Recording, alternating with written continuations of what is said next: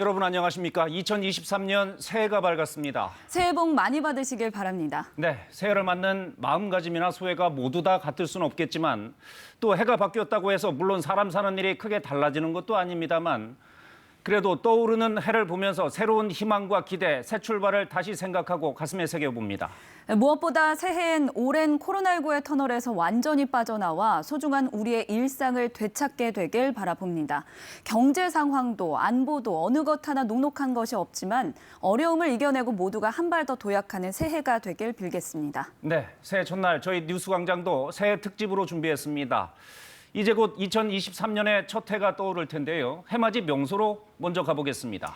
네, 강원 동해안에 나가 있는 중계차 연결합니다. 정상빈 기자, 새해 첫 해가 떠오르려면 시간이 좀 남았는데 해맞이 인파가 좀 모였습니까? 네, 해가 뜨려면 30분 넘게 남았지만 사람들이 해돋이를 보기 위해서 백사장으로 속속 모이고 있습니다. 추위가 다소 약해진 데다 거리두기가 3년 만에 해제되면서 지난해보다 많은 사람들이 이곳을 찾은 것으로 보이는데요. 저 멀리 수평선 위로 붉은 기운이 번지면서 설레임과 기대감으로 점차 술렁이고 있습니다. 강릉의 새해 첫 해는 아침 7시 40분쯤 떠오르게 되는데요.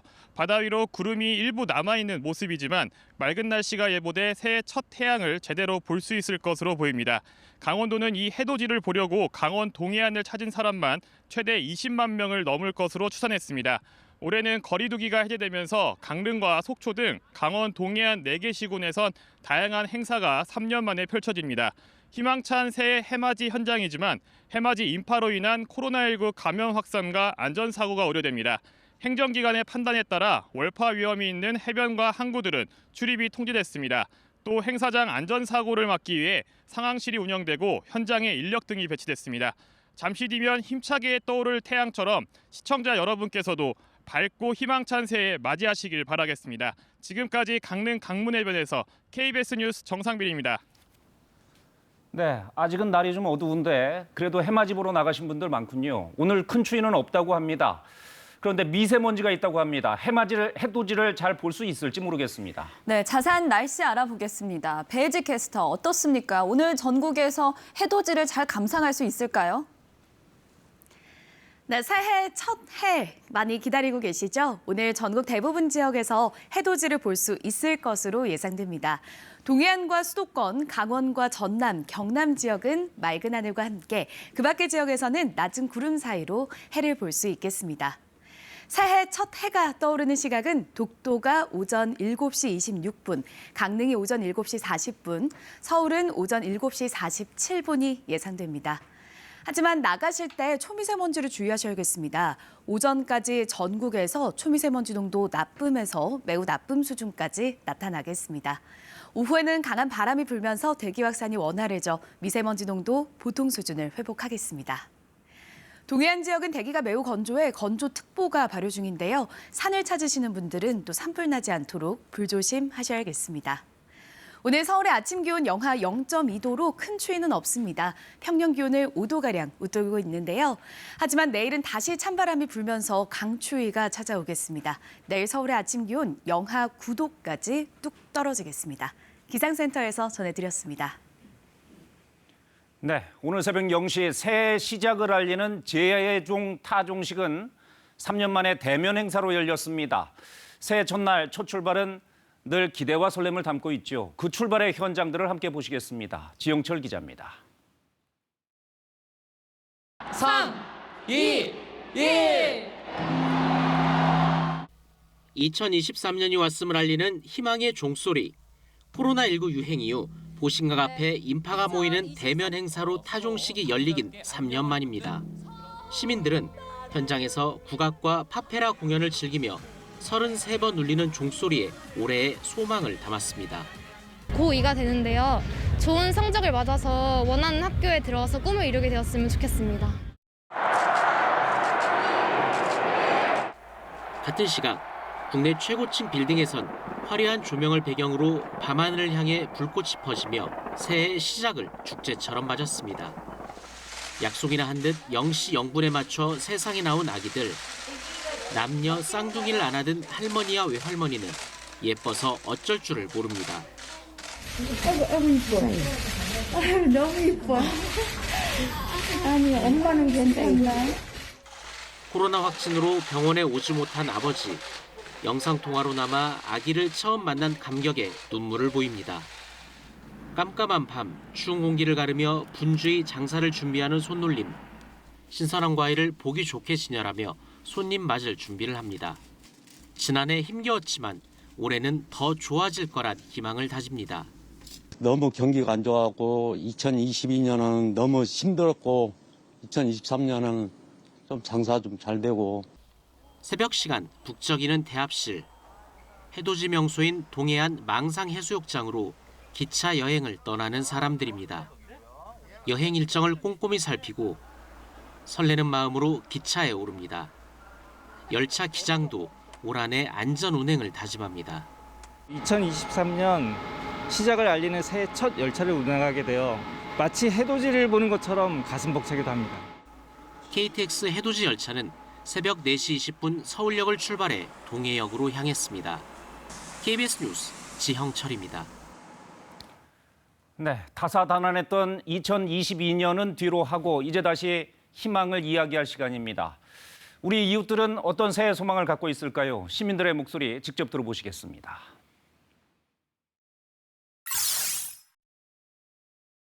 제일 슬펐던 일은 그 이태원 사고 알잖아요. 그날 너무 슬펐어요.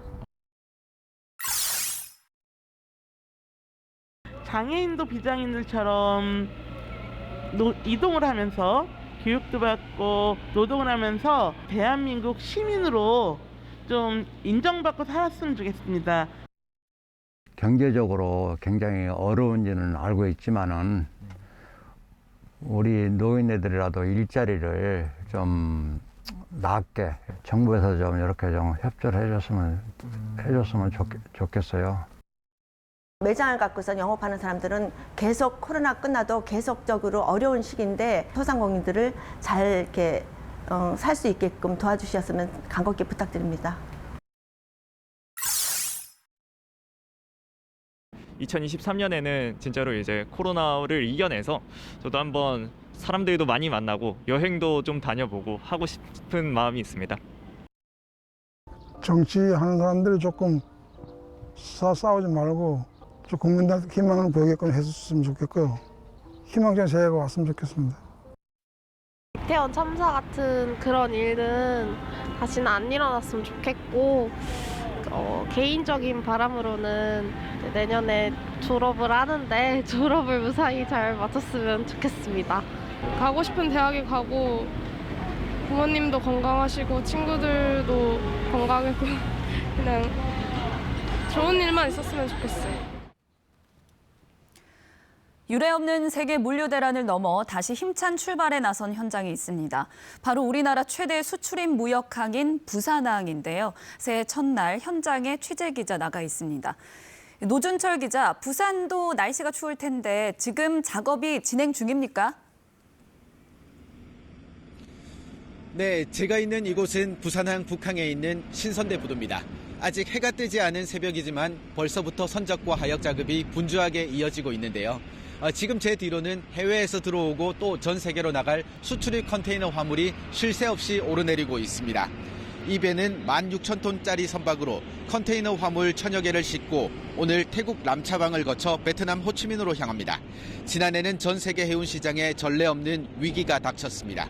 부산항도 예외는 아니었습니다. 지난해 부산항에서 처리된 컨테이너 화물량은 2,200여만 개로 한 해 전보다 2.6% 줄었습니다. 특히 부산항의 강점인 환적 화물이 눈에 띄게 줄어 감소폭이 4%에 달했는데요. 미국발 금리 인상에 따른 세계 경기 침체와 아울러 중국의 코로나19 봉쇄 정책이 주요 요인이었습니다.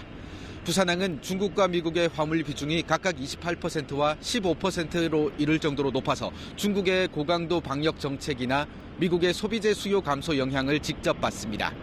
새해가 밝았지만 여전히 앞날이 밝지는 않습니다. 컨테이너 공급 과잉에 따른 운임 하락 우려도 여전하고 소비 둔화 현상도 언제 멈출지 예측하기 어렵습니다. 하지만 부산 항만당국은 올해는 지난해보다 상황이 조금은 나아질 거란 기대를 걸고 있습니다.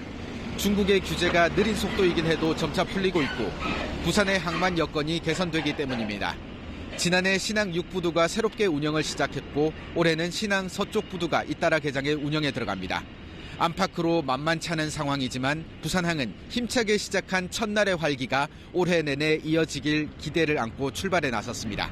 지금까지 부산항 신선대 부두에서 KBS 뉴스 노준철입니다. 우리 경제를 떠받쳐온 수출이 이렇게 감소하면 기업들의 투자 활동도 고용도 줄어들 수밖에 없습니다. 이미 감소세를 보이고 있는 소비가 더 위축되지 않을까 걱정인데요. 한국 경제 올 한 해도 고민이 깊을 것으로 보입니다. 박혜진 기자가 보도합니다. 삼성전자는 최근 사장단이 모여 위기 상황에 대해 비용 감축 등 대응책을 논의했습니다. 지난해 4분기부터 본격화된 반도체 등의 시장 침체가 앞으로 당분간 이어질 것으로 보이기 때문입니다. SK하이닉스도 투자 규모를 50% 이상 줄이기로 했습니다. 수요가 줄어 있는 상황에서 무작정 공급을 늘릴 상황들은 아니기 때문에 투자라든지 이런 거에 대해서 보수적으로 나설 수밖에 없는 부분일 것 같아요. 중소기업들도 마찬가지입니다. 평균 대출 금리가 5% 선을 넘으면서 사업 확장보다는 원가 절감과 긴축 경영에 집중하겠다고 답한 기업이 10곳 중 6곳에 달합니다. 이는 곧 인력 감축으로 이어집니다. 금융권을 비롯한 각종 업계에서 희망퇴직 바람이 불고 있고 신규 채용도 속도를 조절하는 분위기입니다. 올해 신규 취업자 수 전망치는 지난해 약 10분의 1 수준인 8만 명 수준입니다.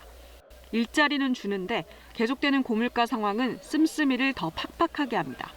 정부는 올해 소비자 물가 상승률이 지난해보다 낮아진 3.5%로 예상했는데 전기, 가스요금 인상 등 물가 상승 압력 요인은 여전히 남아 있습니다.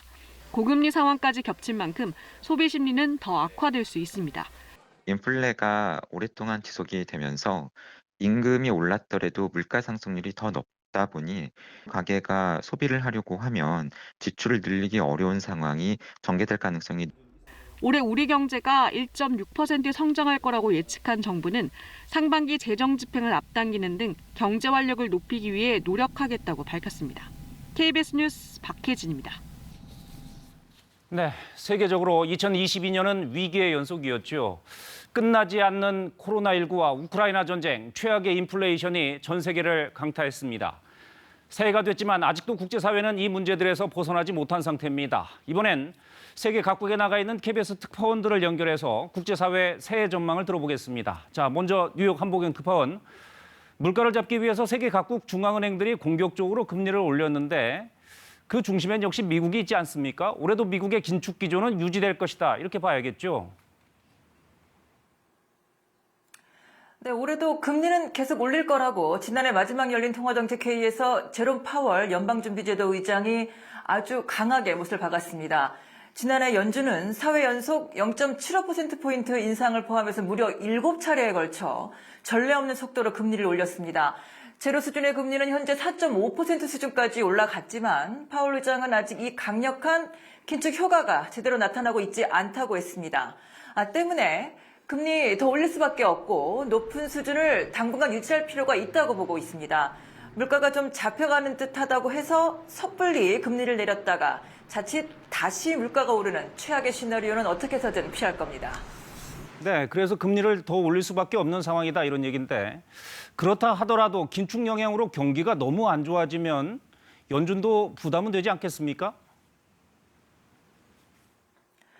올해 미국을 비롯한 세계 경제의 관건이 바로 그 부분입니다. 강력 긴축으로 인해서 경기 침체는 불가피한데 과연 어느 정도까지 경기가 안 좋아질까 하는 거죠. 연준은 일단 올해 미국 경제 성장률 전망치를 0.5%로 잡고 있습니다. 실업률은 4.6%로 예측을 하고 있는데 0%대 성장에 실업률이 4% 중반 이상 간다고 전망하고 있다는 건 연준도 미국 경제가 올해 사실상 침체 국면에 들어갈 가능성을 염두에 두고 있다 이런 해석이 가능합니다. 모건 스탠리 등 주요 투자은행 10곳의 전망을 종합을 해보면 10개 가운데 8개 은행이 올해 미국 경제 침체를 예상하고 있고요. 6개 은행은 연준이 이 부담으로 4분기쯤 금리를 인하할 것으로 예측하고 있습니다. 경기 침체가 현실화되면요, 연준이 목표치인 2%가 아닌 3%, 4%대의 물가 상승률에 만족을 하고 금리를 인하할 거라는 게 현재 상당수 전문가들의 관측이라는 얘기입니다.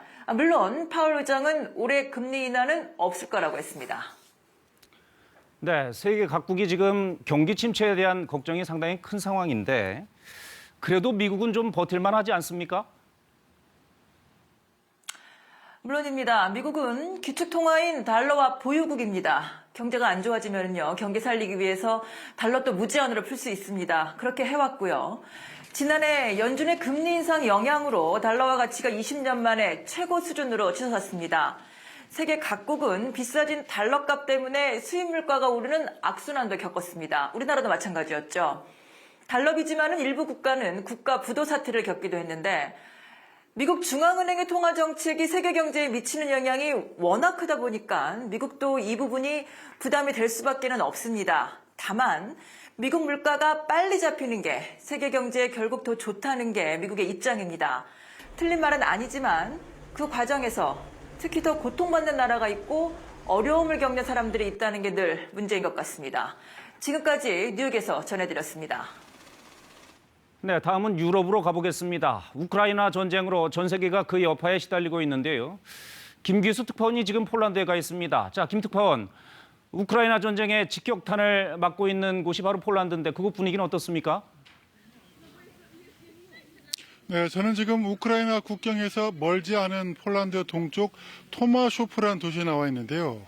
이 근처 마을 푸셰부도프에 지난해 11월 15일 우크라이나 대공 미사일이 떨어져 2명이 숨지는 일이 있었습니다. 이번 전쟁으로 폴란드는 자국의 국민이 포탄에 희생되는 직접적인 피해를 입은 겁니다. 전쟁이 불러온 유럽의 경제 위기는 더욱 심각합니다. 식량과 에너지 폭등은 러시아의 의존이 컸던 유럽의 직격탄이 됐습니다. 라트비아 등 일부 국가는 한때 물가 상승률 20%를 넘기기도 했고 유럽연합의 2022년 물가 상승률은 8.4%에 달했습니다. 올해는 조금 나아질 것으로 보이지만 그래도 6%대 물가 상승률이 예상됩니다. 그만큼 시민들의 삶도 고통스러워졌습니다. 장바구니는 가벼워졌고 에너지 가격의 상승으로 이번 겨울 각 가정당 최소 수십만 원에서 수백만 원의 에너지 비용을 추가 부담해야 합니다. 유럽은 그 어느 때보다 혹독한 겨울을 보내고 있습니다. 네, 그렇게 전쟁이 장기화되면서 경제 위기를 부르는 모양새인데 이 전쟁이 과연 언제쯤 끝날까 전망해 볼 수 있을까요? 현재로서는 그렇게 낙관적으로 보이진 않습니다. 하루 이틀 전투가 중단되거나 공습이 멈춘 적은 있지만 휴전이나 종전을 위한 협상이 재개될 기미는 보이지 않고 있습니다. 양보할 수 없는 조건들을 내세우며 서로 상대방 탓을 하고 있습니다. 푸틴 러시아 대통령은 서방의 침략에 맞서 러시아 독립을 지키기 위한 전쟁이라는 주장을 계속하고 있습니다. 젤렌스키 우크라이나 대통령은 크림반도를 포함한 모든 영토 회복을 평화회담의 전제 조건으로 내걸고 있습니다. 당장 2022년 마지막 날에도 우크라이나 전역에 러시아군의 공습이 이어져 최소 1명이 숨지고 수십 명이 다쳤습니다. 지금까지 폴란드 토마쇼프에서 전해드렸습니다.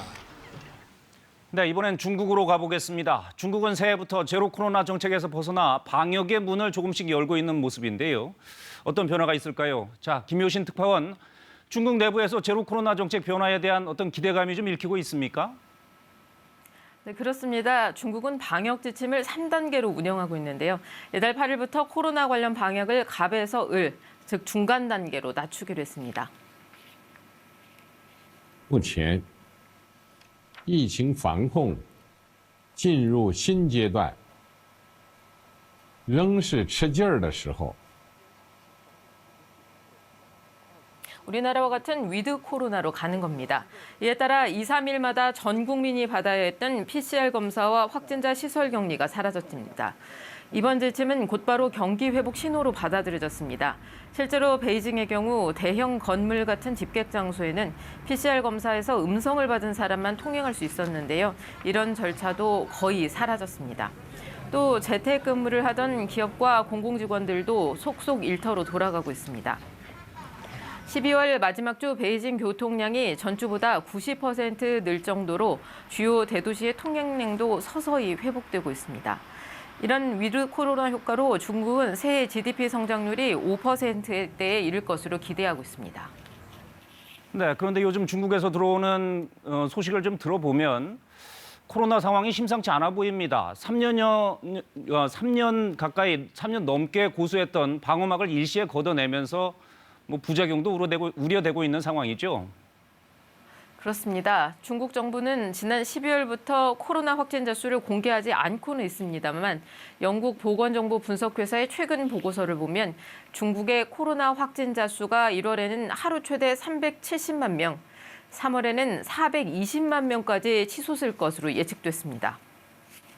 이대로라면 사망자 수도 하루 5천 명을 넘어설 것으로 예상됩니다. 상황이 이렇다 보니 지난달 중순 세계보건기구도 방역 개방 속도를 조절할 것을 중국 정부에 권고했는데요. 그만큼 일시 개방에 따른 의료 비용 증가와 사회 서비스 공백이 우려되는 상황입니다. 네, 위드 코로나가 중국에게 기회이자 위기도 되는 셈인데 중국 정부의 셈법도 복잡하겠습니다. 그렇습니다. 위드 코로나 카드를 꺼내 들기는 했지만 해결해야 할 문제가 한두 가지가 아닙니다. 일단은 문을 걸어 잠근 3년 동안 위축됐던 국내 소비력을 회복시켜야 하고요. 산업 생산도 재정비해야 합니다. 이에 따라 중국 정부는 우선 부동산 시장과 전기차 같은 신에너지차 산업을 지원하고 텐센트, 알리바바 등 IT 대기업 대리기도 중단할 것으로 보입니다. 중국 수출길이 열리면서 우리 반도체 산업과 경제에도 긍정적일 것으로는 보입니다. 하지만 중국 소비 회복으로 세계 인플레이션 압력을 강화할 수 있고요. 미중 갈등이 해소되지 않은 점은 과제입니다. 지금까지 베이징에서 전해드렸습니다. 한국이 2023년 새해를 맞이한 이 시간에도 머나먼 오지에서 과학 연구를 묵묵히 수행하는 곳이 있습니다. 남극에 있는 세종과학기지인데요. 그곳을 연결해서 남극의 새해 소식 알아보겠습니다. 진동민 제36차 남극 세종과학기지 월동대장 연결돼 있습니다. 대장님 안녕하십니까? 네, 안녕하십니까. 남극 세종과학기지에서 인사드립니다. 네, 안녕하십니까. 현재 한국은 새해 첫날인데요. 국민들께 새해 인사 전해주시죠. 예, 이곳은 한국보다 12시간이 늦어서 아직은 31일 저녁입니다. 새해를 맞은 국내에 온 국민들이 혹독한 자연환경에서 서로 협력하여 살아가는 펭귄들처럼 새해에도 서로 협력하여 더욱 도약하는 한 해가 되길 기원합니다. 네, 지금 한국은 추운 날씨가 계속되고 있는데요. 현재 남극의 날씨는 어떤가요? 남극은 지금 한여름입니다. 한여름이라고는 하지만 기온은 영하 2도에서 3도를 오고 가고 있고 항상 차가운 바람이 불고 있어서 체감 온도는 영하 7도에서 8도 정도가 됩니다. 네, 자 이번이 36차 월동대회인데요. 주요한 임무가 무엇인지 말씀해 주시죠. 예, 월동연구대는 남극의 대기, 기상, 생태계, 해양 등을 관측하고 그 자료들을 국내로 보내주고 있습니다. 또 기지에 와서 연구 활동을 하는 국내 연구진들과 더불어서 기후변화에 따른 남극 생태계의 변화를 관측하고 기지 주변에 있는 빙하 소멸 등을 관측하고 있습니다. 또한 기지를 관리하는 유지 활동도 수행하고 있습니다. 네, 정부가 남극 세종기지와 장보고 기지에 이어서 오는 2030년에는 남극 내륙에 세계 6번째로 내륙기지를 건설할 계획을 발표했는데요. 이게 구체적으로 어떤 의미입니까? 과학기지를 건설하고 운영하는 일은 남극에서 국가의 영향력을 증대할 수 있는 가장 확실한 방법입니다. 현재 29개 나라가 남극에서 기지를 운영하고 있지만 내륙에 기지를 운영하는 곳은 미국, 러시아, 중국, 일본 등의 아주 소수 국가들 뿐입니다. 남극 내륙의 기지를 갖게 되면 이곳에서 얻을 수 있는 과학 자료를 통해서 우리나라의 과학기술 수준이 획기적으로 높아질 수 있는 기반을 갖는다고 말씀드릴 수 있습니다. 이 내륙기지가 완성된다면 우리나라 남극 연구 어느 정도 수준까지 올라갈 거라고 보면 되나요? 우리나라는 극지 활동을 비교적 늦게 시작했습니다. 2009년에 쇠빙연구선 아라오노를 건조하고 2014년에 장보고 과학기지를 건설하면서 극지 준경국으로서의 자리를 매김했습니다. 하지만 내륙기지와 2027년까지 갖게 될 15,000톤급의 쇠빙연구선을 갖는다면 과학기술뿐만 아니라 극지와 관련한 다양한 이슈에서 이제는 준경국이 아니라 이슈들을 선도할 수 있는 극지 선도 국가가 될 수 있을 것입니다. 네, 여기까지 듣겠습니다. 대장님 연결해 주셔서 감사하고요. 새해 복 많이 받으세요. 예, 새해 복 많이 받으시기 바랍니다. 네, 감사합니다. 지금까지 진동민 제36차 남극 세종과학기지 월동대장과 연결했습니다. 네, 북한이 새해 첫날 새벽부터 단거리 탄도미사일을 발사했습니다. 어제 단거리 탄도미사일 3발을 발사한 데 이어 연이틀 도발에 나선 건데요. 새해에도 강경기조를 이어가겠다는 의지를 나타낸 것으로 보입니다. 최영윤 기자가 보도합니다. 북한이 새해 첫날부터 탄도미사일을 발사했습니다. 합참은 북한이 오늘 새벽 2시 50분쯤 평양 용성 일대에서 동해상으로 발사한 단거리 탄도미사일 1발을 포착했다고 밝혔습니다. 탄도미사일은 400여 킬로미터를 비행한 후 동해상에 떨어졌습니다. 한미정보당국은 고도와 속도 등 세부 재원을 종합적으로 분석하고 있습니다. 북한의 미사일 발사는 지난해 마지막 날인 어제에 이어 이틀 연속입니다. 어제는 오전 8시쯤 황해북도 중화군 일대에서 동해상으로 단거리 탄도미사일 3발을 발사했습니다. 3발 모두 이동식 발사 차량에서 쏜 것으로 추정되는데 350여 킬로미터를 날아가 동해상 무인도에 떨어진 것으로 파악됐습니다. 황해북도 중화군에서 탄도미사일이 발사된 것은 처음으로 합참은 북한의 의도를 분석하고 있습니다. 북한의 어떤 도발에도 압도적으로 대응할 수 있는 능력을 기초로 확고한 대비 태세를 유지해 나갈 것입니다. 북한이 새해 첫날 미사일 발사 등 도발에 나선 것은 매우 이례적입니다. 북한은 지난해 38차례에 걸쳐 70여 발의 탄도미사일을 발사했습니다. 새해에도 강경 노선을 이어가겠다는 의지를 강조한 것으로 풀이됩니다. 김정은 위원장은 지난달 27일 노동당 전원회의 확대 회의에서 2023년도 추진해야 할 자위적 국방력 강화의 새로운 핵심 목표들을 제시했다고 관영 매체들이 전한 바 있습니다. KBS 뉴스 최영윤입니다. 정치는 타협의 예술이라는 말이 있습니다. 서로 생각이 다른 사람들이 대화와 타협을 통해 갈등을 줄이고 최선의 방안을 찾아가는 과정, 그 자체가 정치라는 뜻인데요. 지난해 우리 정치는 갈등을 풀기보다는 오히려 그 중심에 섰던 적이 적지 않았습니다. 올해는 좀 다를까요? 조태흠 기자입니다. 협치는 윤석열 대통령의 초심이었습니다. 정치는 대통령과 여당의 노력만으로는 불가능합니다. 의회와 소통하고 야당과 협치하겠습니다. 취임 불과 엿새 만에 국회를 찾아 소통 의지를 내보였고 5.18 기념식에 참석해 임을 위한 행진곡을 제창하며 통합 기대도 불렀습니다. 하지만 이런 노력 오래가지 못했습니다. 검찰 편중 인사, 사적 채용 논란에 장관 낙마가 이어지자 윤 대통령은 직접 부딪혔습니다. 전 정권에 지명된 장관 중에 이렇게 훌륭한 사람 봤어요? 여야도 대통령 선거와 지방선거를 치르며 대화와 타협보단 사생결단의 충돌 양상이었습니다. 여당은 당대표를 징계하는 사상 초유의 사태로, 야당은 선거 패배 후폭풍으로 각자 내부도 혼란스러웠습니다. 행정부를 감시하고 민생을 챙기겠다던 국정감사는 막말과 정쟁이 채웠습니다. 예산안 심사는 여야 충돌 속에 2014년 이후 최악의 지각 처리 사태를 빚었습니다. 국민의힘은 대통령실의 하명만 기다리는 무기력한 식물 여당입니까? 대선 불복이자 정권을 인정하지 않겠다는 말이나 다름이 없습니다. 지난해 국회가 처리한 법안은 모두 1,200여 건, 2021년의 절반에도 못 미쳤습니다.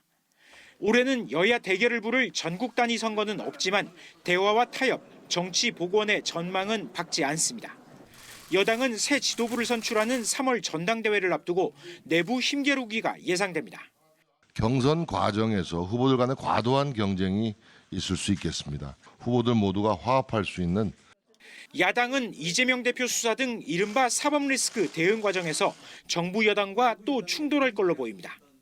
먼지털이 기획수사로도 혐의가 입증되지 않자 3년에 걸친 수사 후 무혐의 종결된 사건을 다시 끄집어내 하반기엔 여야 모두 본격적인 내년 총선 준비에 들어갈 거란 점도 전국의 변수입니다. 윤석열 대통령은 올해 노동, 교육, 연금, 이른바 3대 개혁을 본격 추진한다는 계획인데 사회적 대타협과 야당 협조 모두 쉽지 않은 과제가 될 전망입니다. KBS 뉴스 조태영입니다. 윤석열 대통령이 새해 첫날인 오늘 경제 활성화와 이른바 3대 개혁 추진 의지 등을 담은 신년사를 발표합니다. 대통령실은 신년사에는 경제 위기를 극복하기 위해 수출 증진과 스타트업 코리아를 기치로 민간과 시장 활성화의 정책 역량을 집중할 거라는 내용이 담길 것으로 보인다고 밝혔습니다. 또 노동과 교육, 연금 등 3대 개혁을 흔들림 없이 추진하겠다는 내용 등도 담길 예정이라고 설명했습니다. 윤 대통령의 오늘 신년사 발표는 용산 대통령실에서 생중계로 진행되며 10분 내외 분량이 될 것으로 보입니다. 2023년을 밝히는 새해가 조금씩 떠오르고 있습니다. 이 시각 독도의 모습인데요. 조금 전 오전 7시 26분에 독도에는 해가 떠오르기 시작했습니다. 독도에는 낮은 구름이 많이 끼면서 구름 사이로 가끔 해돋이를 볼 수 있을 것으로 보입니다. 그 밖에 전국 곳곳의 해돋이 시각은 어떻게 될까요? 강릉은 오전 7시 40분 예상되고요. 서울은 오전 7시 47분 예상됩니다. 오늘 수도권 지역과 강원 지역, 또 전남과 경남 지역은 맑은 하늘과 함께 그 밖의 지역에서는 낮은 구름 사이로 해돋이를 볼 수 있을 것으로 예상됩니다. 하지만 나가실 때 초미세먼지는 주의하셔야겠습니다. 오전까지 전국에서 초미세먼지 농도 나쁨에서 매우 나쁨 수준을 보이겠습니다. 오후에는 대기 확산이 원활해지면서 미세먼지 농도 보통 수준을 회복하겠습니다. 동해안 지역은 대기가 매우 건조하니까요. 오늘 산을 찾으시는 분들은 불조심하셔야겠습니다. 오늘 서울의 아침 기온 영하 0.2도로 평년 기온을 5도가량 웃돌며 큰 추위는 없습니다. 하지만 내일부터는 다시 찬바람이 불면서 강추위가 찾아오겠습니다. 날씨였습니다. 네, 지금 시각이 7시 33분입니다. 이제 서서히 새해 첫 해가 떠오를 시간입니다. 직접 해맞이 나가신 분들도 적지 않겠지만 집에 계신 분들을 위해서 저희가 전국 각지의 일출 모습을 전해드리겠습니다. 네, KBS의 재난감시 CCTV를 통해 해돋이 상황 하나씩 살펴보겠습니다. 자, 먼저 부산으로 가보겠습니다. 지금 수영만 CCTV의 모습 보고 계신데요. 아직은 해가 떠오르지 않고 있는 모습입니다. 부산의 고층 빌딩도 옆에 보이고요. 아마 잠시 후면 해가 뜰 것으로 보입니다. 네, 이번엔 국토 천암단 마라도입니다. 많이 밝았죠? 마라도의 일출 시각은 7시 38분인데 아직 38분이 안 됐습니다만은 날은 밝아 있는 모습입니다. 서서히 어둠이 걷히고 있고요. 이제 곧 새해 첫 해가 바다 위로 떠오를 겁니다. 서서히 밝아오는 국토 최남단의 모습이 함께 희망을 이야기하자 이렇게 말하는 것 같습니다. 오늘 아침은 전국의 맑은 날씨가 펼쳐지면서 어디에서나 일출을 볼 수 있습니다. 네, 백두대간에서도 새해 일출 보실 수 있습니다. 이곳은 강원도 대관령에 설치된 재난감시 CCTV인데요. 지금 여명이 살짝 밝아오고 있는 모습 보고 계십니다. 산에서 보는 그 모습인데 백두대간 위로 이렇게 해가 곧 떠오를 예정인데 새해 첫 일출의 밝은 기운 함께 받아보셨으면 좋겠습니다. 네, 다음은 강원도 속초 등대 전망대입니다. 수평선 전체로 붉은 기운을 퍼뜨리면서 해가 떠오르고 있는 모습을 보고 계십니다. 검푸른 동해바다가 조금씩 밝아지면서 해상의 물결도 이제 드러나고 있습니다. 이렇게 떠오르는 태양처럼 우리의 삶도 밝게 빛나는 한 해가 되기를 기원해 봅니다. 네, 이렇게 희망찬 2023년의 첫 해가 떠올랐는데요. 올해는 코로나19 집합 금지가 풀리면서 전국의 해맞이 명소에 새해 소망을 빌러 나오신 분들이 적지 않았습니다. 현장으로 가보겠습니다. 자, 먼저 경북 포항 호미곶을 연결합니다. 자, 박가영 기자, 거기도 사람들이 많이 모였습니까? 현장 상황 전해주시죠. 네, 이곳 포항 호미곶은 독도와 울릉도 다음으로 한반도에선 가장 먼저 일출을 볼 수 있는 곳 중 한 곳인데요. 붉은 기운이 상생의 손 위로 서서히 번지면서 새벽부터 기다린 해맞이객들은 탄성을 내지르기도 했습니다. 경북 동해안은 오전 7시 26분 독도를 시작으로 오전 7시 36분까지 해가 모두 떠오르겠습니다.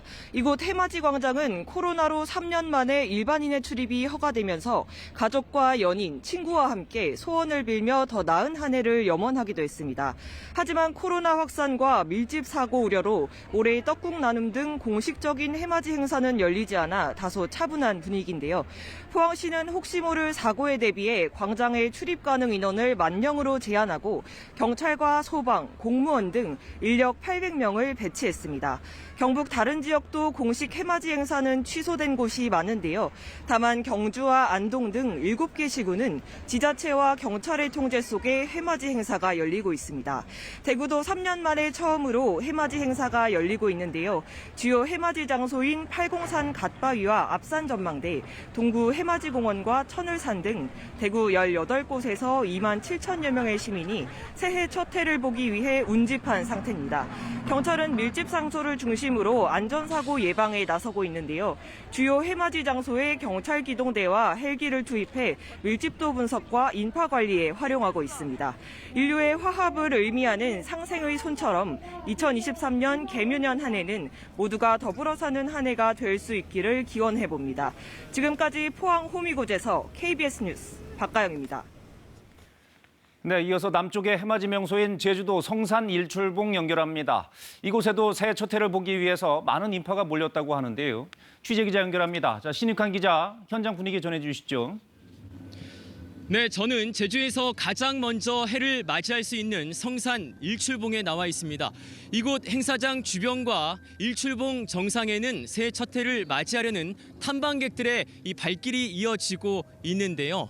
이곳 성산 일출봉의 예상 해돋이 시각은 조금 전인 7시 36분이었는데요. 구름 사이로 2023년 새해 첫 해가 모습을 서서히 드러내고 있습니다. 이곳을 찾은 제주 도민과 관광객들은 떠오른 해를 보며 가족의 건강과 행복 그리고 저마다의 새해 소망을 기원하고 있습니다. 또한 소중한 해돋이 순간을 카메라에 담는 등 새해 첫날을 뜻깊게 기념하고 있습니다. 네, 신 기자, 이번 해맞이 축제는 3년 만에 열리는 거죠? 네, 그렇습니다. 올해로 30번째인 성산 일출축제는 이 제주를 대표하는 해맞이 행사인데요. 지난 2년간은 코로나19로 취소되거나 축소돼 열렸다가 올해는 3년 만에 이 대면 행사로 정상 개최됐습니다. 다만 안전 등의 문제로 일출봉 등반 인원을 사전 예약을 통해 500명으로만 제한을 했습니다. 일출봉에 오르지 못한 분들은 근처 광치기 해변에도 모여 새해 첫 해를 맞이했습니다. 한라산 야간 산행도 3년 만에 재개됐는데요. 오늘 새벽 0시부터 등반이 시작돼 사전 예약자 1,500명이 한라산 정상에 올라가 일출을 감상했습니다. 서귀포시 중문 색달 해수욕장에선 오늘 오전 10시부터 겨울 바다에 뛰어들어 건강과 새해 소망을 기원하는 국제 펭귄 수영대회도 열릴 예정입니다. 지금까지 성산 일출봉에서 KBS 뉴스 신익환입니다. 네, 또렷하게 떠오르는 해를 볼 수 있는 곳은 아직은 없었는데 이번엔 강원도 동해안으로 가보겠습니다. 자, 정상빈 기자, 동해안에도 해가 떠올랐겠죠? 그곳 상황은 어떻습니까? 네, 제가 있는 강릉 강문해변은 조금 뒤인 7시 40분쯤 해가 뜰 것으로 예상됩니다. 해가 조금씩 천천히 뜨면서 사람들의 마음도 들뜨고 있는데요. 해의 모습이 점점 떠올 때마다 해맞이를 위해 해변에 모인 해맞이 관광객들의 기대감도 커지고 있습니다. 가족과 연인 등 소중한 사람들과 온 사람들은 저마다의 새해 희망을 기원하는 모습입니다.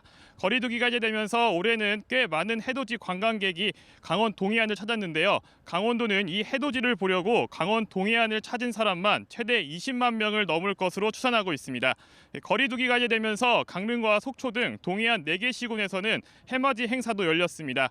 많은 사람이 강원 동해안을 찾으면서 코로나19 감염과 안전사고에 대한 우려도 있는데요. 이에 따라 행정기관의 판단에 따라 월파 위험이 있는 해변과 항구들은 출입이 통제됐습니다.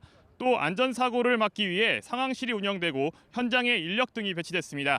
한 해의 시작을 알리는 태양이 떠오르고 있습니다. 시청자 여러분께서도 힘차게 떠오르는 태양의 기운을 듬뿍 받아 밝고 희망찬 새해 맞이하시길 바라겠습니다. 지금까지 강릉 강문해변에서 KBS 뉴스 정상빈입니다.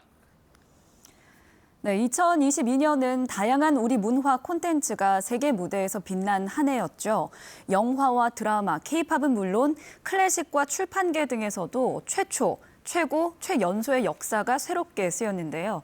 그 성과를 이어받아 올 한 해는 어떤 콘텐츠와 얼굴들이 K컬처의 저력을 보여줄까요? 강푸름 기자가 전망해봤습니다.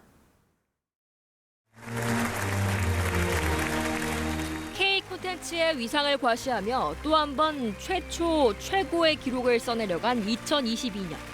그 황금빛 레이스는 아직 끝나지 않았습니다. 박찬욱 감독의 헤어질 결심이 미국 양대 영화상으로 꼽히는 골든글로브와 아카데미 시상식의 문을 두드립니다. 미국 영화평론가들이 선정하는 크리스틱스 초이스 어워즈 수상도 점쳐집니다. 오스카에서는 홀리 스파이더와 헤어질 결심이 이파전일 거라고 저는 예상합니다. 박찬욱만의 그 월드를 새로 창조해낸 그런 점에서 굉장히 사실 어떻게 보면 놀라운 영화고, BBC와 뉴욕타임스 등 주요 외신들이 지난해 최고의 영화로 꼽은 고전적 사랑 이야기가 다시 한번 기생충이 쓴 한국 영화의 역사를 이어갈지 주목됩니다.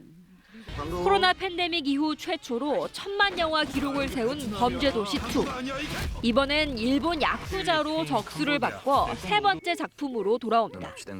총 8부작까지 기획된 작품답게 3편 개봉 전에 이미 후속작 촬영에 돌입하며 한국형 액션 프랜차이즈에 도전합니다. 해외 매체가 벌써 올해 가장 기대되는 콘텐츠로 꼽은 오징어 게임 시즌2는 올해 촬영을 시작할 것으로 보입니다. 게임의 최종 우승자와 진행자가 모두 돌아오고 공포의 술래 로봇 영희의 짝꿍 철수가 등장할 거라는 게 감독이 예고한 힌트. 넷플릭스를 통해 내년 말쯤 공개될 것으로 예상됩니다. 소속사 하이브가 올해 BTS 동생 그룹 4팀을 선보이겠다고 예고한 가운데 1993년생 슈가 등 멤버들의 입대가 이어질 올해 방탄소년단이 어떤 행보를 보여줄지 기대를 모읍니다. 지난해 현역 입대한 맏형진이 공익 행사에 얼굴을 비칠지도 관심사입니다. 해체하지 말고 각 개별적인 활동을 해서 전체 볼륨을 키우고 그다음에 일정 기간 지나서 다시 완전체로 활동하는 새로운 이제 K-팝 모델을 도전을 하고 있는 그런 상황이기 때문에 이게 굉장히 중요한 시금석이 될 거라고 생각합니다. 지난해 벤클라이번 콩쿠르 우승과 함께 세계적인 스타로 떠오른 피아니스트 임윤찬은 유럽 최고의 오케스트라와 함께 국내 팬들에게 최고의 무대를 선사할 예정입니다. KBS 뉴스 강푸른입니다. 2022년 마지막 날이었던 어제 베네딕토 16세 전 교황이 선종했습니다. 2013년 건강 문제로 스스로 교황 자리에서 물러난 뒤에 그동안 명예교황으로 지내왔었는데요. 전 교황의 선종을 전 세계가 함께 애도했습니다. 베를린에서 유호윤 특파원이 보도합니다. 교황청은 베네딕토 16세 전 교황이 현지 시간으로 어제 선종했다고 밝혔습니다. 건강 악화 소식이 전해진 지 사흘 만으로 향년 95세입니다. That with sorrow, we inform you that the Pope Emeritus Benedict XVI passed away today, this morning, at 9:34 in the Mater Ecclesiae Monastery in the Vatican. 베네딕토 16세는 독일 바이른주 출신으로 요한 바오로 2세에 이어 2005년 4월 제265대 교황직에 올랐습니다. 그는 교황 재임 시절 세속주의에 맞서 가톨릭의 전통과 교리를 강조한 보수적 인물이었습니다. 즉위 이후 8년 만인 2013년 2월엔 건강 문제를 이유로 스스로 자리에서 물러났습니다. 교황의 자진 사임은 가톨릭 역사상 598년 만의 일로 전 세계 가톨릭 신자들에게 큰 충격을 줬습니다. 교황직에서 물러난 뒤로는 명예교황으로 바티칸 시구간 수도원에서 지내왔습니다. 2022년 마지막 날 전해진 베네딕토 16세의 선종 소식에 그의 고향인 독일을 비롯해 전 세계에서 애도의 뜻을 밝혔습니다. Heute ist ein Tag der Trauer, des Abschieds, aber für mich innerlich noch viel mehr der Dankbarkeit und des Respekts vor einem großen Mann der Kirche. 올라프 숄츠 독일 총리는 가톨릭 교회 형성에 중요한 역할을 한 인물이었다며 그를 추모했고 엠마뉘엘 마크롱 프랑스 대통령도 그를 떠나보낸 이들과 함께한다며 애도의 뜻을 밝혔습니다. 윤석열 대통령은 베네딕토 16세의 명복을 빌며 거인을 잃은 슬픔에 잠긴 천주 교인들에게도 깊은 애도를 표한다고 밝혔습니다.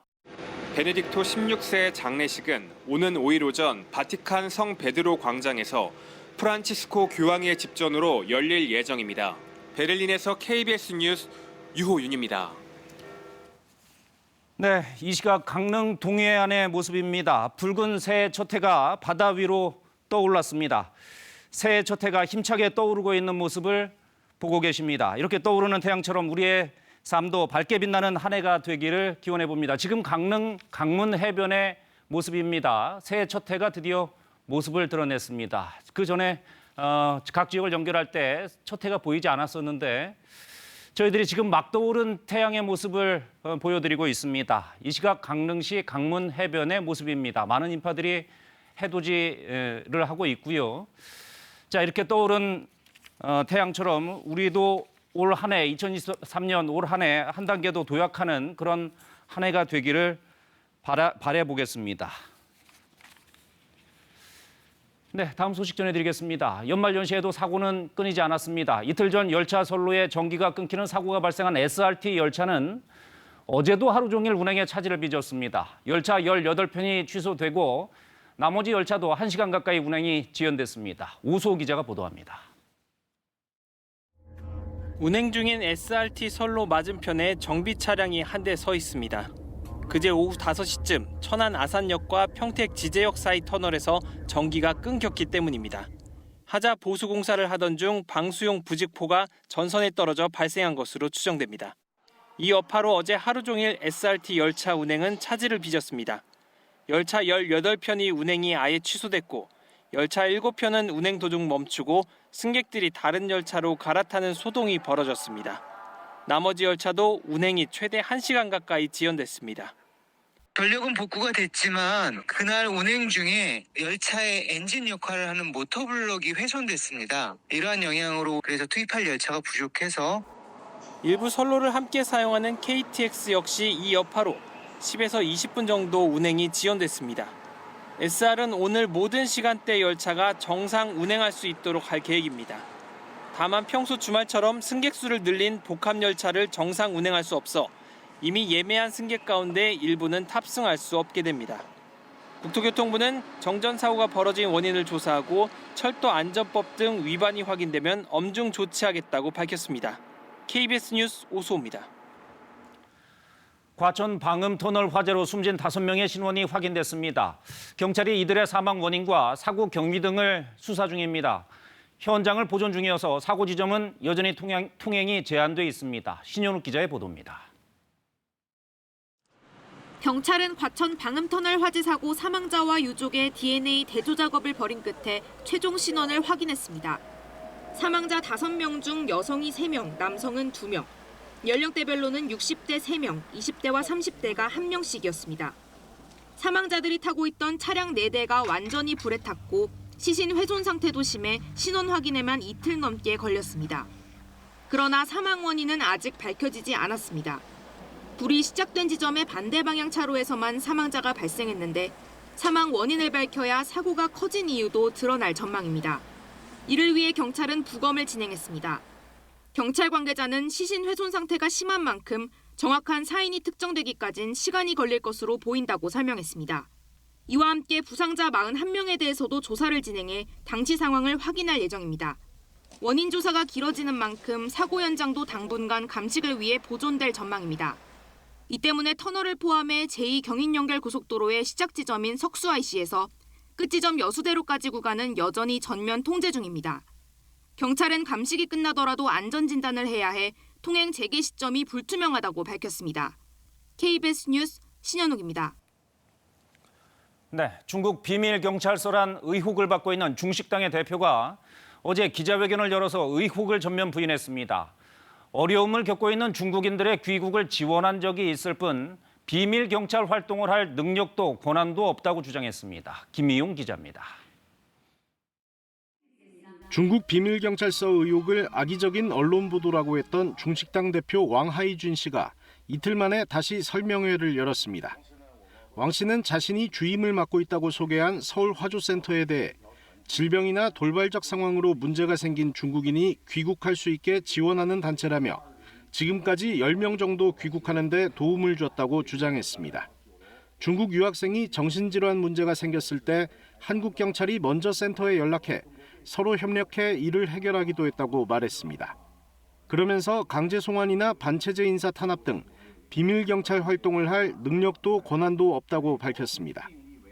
서울 화조센터가 1일 영사관 행사를 하는 등 실질적으로 영사 업무를 한 것 아니냐는 지적에 대해선 한국에 온 중국인들이 빨리 적응하도록 한국 법무부, 경찰 등과 연계한 행사였으며 코로나19 여파로 최근 3년간 개최하지 못했다고 밝혔습니다. 所以呢，我们所有的你们质疑的这什么我们做的什么领事活动没有，我们是搭建了平台，他们来做。 오늘부터 중식당 영업을 중단하기로 한 건 비밀경찰서 의혹 때문이 아니라 식당이 들어선 선박의 안전 문제 때문이라고 말했습니다. 왕 씨는 아직 한국 경찰 조사는 한 번도 받은 적 없으며 비밀경찰서 시나리오의 궁극적인 목적은 친미 세력이 반중 정서를 유도하는 것이라고 주장했습니다. KBS 뉴스 김희용입니다. 이어서 한국도로공사 연결해서 아침 교통 상황 알아보겠습니다. 2023년의 아침이 밝았습니다. 검은 토끼의 해, 여러분의 앞에 찬란한 나날들이 가득하기를 바랍니다. 더 나은 한 해를 기원하면서 해맞이 여행을 준비한 분들 계시죠? 오늘 일출 보고 돌아오는 길, 서울 쪽 최대 혼잡 시간대는 오후 4시와 저녁 6시 사이로 바라보고 있습니다. 아직까지 뚜렷한 정체 구간 확인되진 않지만 점차 강원권으로 가는 길 차가 많아질 것으로 확인되고요. 동해선 위로는 이미 갓길 쪽에 차량들이 많은 상황입니다. 동해 휴게소에 차를 세워두고 지금 해를 구경하려는 분들이 가득하고요. 서울 양양선의 경우에는 차가 많진 않고 길인 3터널 부근도 여유 있게 통과할 수 있겠습니다. 다만 곳곳이 도로 살얼음입니다. 이럴 때 감속주행에 신경 쓰셔야겠고요. 오늘 대관령 일대는 강풍이 부는 곳도 있으니 감속주행 잘하시면서 운전대도 꽉 잡고 이동하셔야겠습니다. 얼마 전 북의왕 나들목에서는 버스 관련한 화재 사고가 있었고 이 때문에 양방향 전면 차단이 돼 있습니다. 전자석 안전띠 착용 잘해주시고요. 지금까지 고속도로 교통방송이었습니다.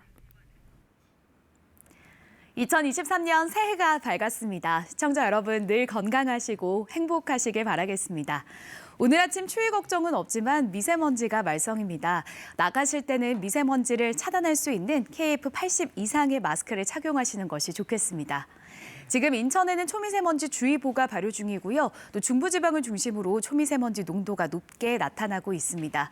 오늘 오전까지는 전국에서 초미세먼지 농도 나쁨에서 매우 나쁨 수준까지 나타날 것으로 예상됩니다. 하지만 오후에는 대기 확산이 원활해지면서 전국 미세먼지 농도 보통 수준을 회복하겠습니다. 지금 동해안 지역은 대기가 또 매우 건조합니다. 건조특보가 발효 중인데요. 오늘 산을 찾으시는 분들은 불이 나지 않도록 불씨 관리 철저히 해주셔야겠습니다. 오늘 서울의 아침 기온 영하 1.5도로 평년 기온을 4도가량 웃돌면서 추위 걱정은 없었습니다. 하지만 내일은 다시 강추위가 찾아옵니다. 새해 첫 출근길 옷차림 든든하게 하셔야겠는데요. 내일 서울의 아침 기온 영하 9도까지 떨어지겠습니다. 자세한 현재 기온 살펴보겠습니다. 철원이 영하 8.4도, 서울 영하 1.5도, 대구는 영하 3.7도 가리키고 있고요. 진주는 영하 7.7도까지 떨어져 있습니다. 한낮에는 강릉 9도, 철원 0도 예상되고요. 서울이 2도, 대전 5도, 광주 7도, 부산 10도로 평년 기온을 웃돌겠습니다. 바다의 물결은 모든 해상에서 비교적 잔잔하겠지만 동해 먼바다에는 풍랑주의보가 내려진 가운데 최고 3.5m까지 높게 일겠습니다. 당분간 맑고 건조한 날씨가 계속되면서 대기는 점점 더 메말라갈 것으로 예상됩니다. 동해안 지역에 계신 분들은 특히 불조심하셔야겠습니다. 다음 주 월요일과 화요일에는 아침 기온이 영하 10도 안팎까지 떨어지는 만큼 옷차림에 신경 쓰셔야겠습니다. 지금까지 날씨 전해드렸습니다. 네, 저희 뒤에 보이는 새해가 강릉에서 바라본 일출 모습입니다. 2023년 새해엔 어떤 계획들 세우고 계십니까? 올 한 해 여러 전망들이 밝지는 않지만 새해 희망과 소망까지 위축되지는 않았으면 좋겠습니다. 네, 저희가 준비한 새해 특집 뉴스광장은 여기까지입니다. 여러분 새해 복 많이 받으시길 바랍니다.